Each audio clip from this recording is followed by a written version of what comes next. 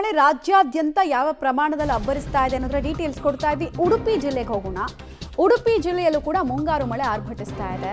In fact ಜಡಿ ಮಳೆ ಆಗ್ತಾ ಇದೆಯಂತೆ. ಈಗಲ್ಲಿ ಜಡಿ ಮಳೆಗೇನೆ ಅಲ್ಲಲ್ಲಿ ಭೂಕುಸಿತದ ಆತಂಕ ಇದೆಯಂತೆ. ನದಿಗಳ ಅಬ್ಬರದಿಂದ ಕಿರು ಸೇತುವೆಗಳು ಕೂಡ ಮುಳುಗಡೆ ಆಗ್ತಾ ಇದೆ.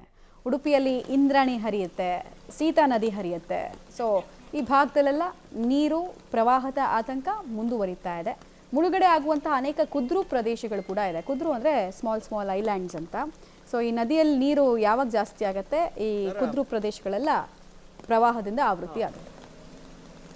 ಇದರಿಂದಾಗಿ ಒಂದೊಂದೇ ಅವಾಂತರಗಳು ಸೃಷ್ಟಿ ಆಗ್ತಾ ಇರುವಂಥದ್ದು. ನಾವಿವಾಗ ಉಡುಪಿಯ ಕಾಪು ತಾಲೂಕಿನ ಪಡುಬಿದ್ರೆಯ ಆಸ್ಪಾಸಿನಲ್ಲಿ ಪಟ್ಲ ಅನ್ನೋ ಪ್ರದೇಶದಲ್ಲಿದ್ದೇವೆ. ನಾವು ನೋಡ್ಬೋದು ಪಟ್ಲದ ಈ ಬ್ರಿಡ್ಜ್ನ ಸಮಸ್ಯೆ.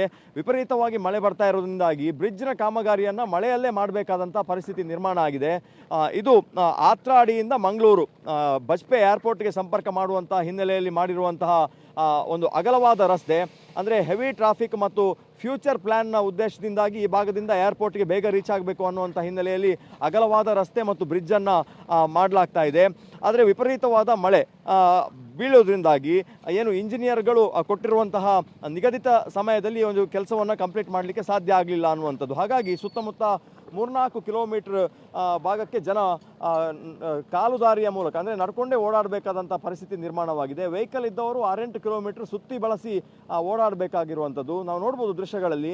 ವಿಪರೀತವಾದ ಮಳೆ ಬೀಳ್ತಾ ಇದೆ. ಈ ನಡುವೆ ಇಲ್ಲಿ ಕಾಮಗಾರಿಯನ್ನು ಮಾಡಬೇಕಾದಂತಹ ಪರಿಸ್ಥಿತಿ ನಿರ್ಮಾಣ ಆಗಿದೆ. ಯಾಕಂದರೆ 3-4 ಕಿಲೋಮೀಟರ್ ಜನ ನಡ್ಕೊಂಡು ಓಡಾಡಬೇಕು ಮತ್ತು 2 ಊರುಗಳ ನಡುವೆ ಸಂಪರ್ಕ ಇಲ್ಲ ಅನ್ನೋವಂಥ ಹಿನ್ನೆಲೆಯಲ್ಲಿ ಅಧಿಕಾರಿಗಳು ಕೂಡ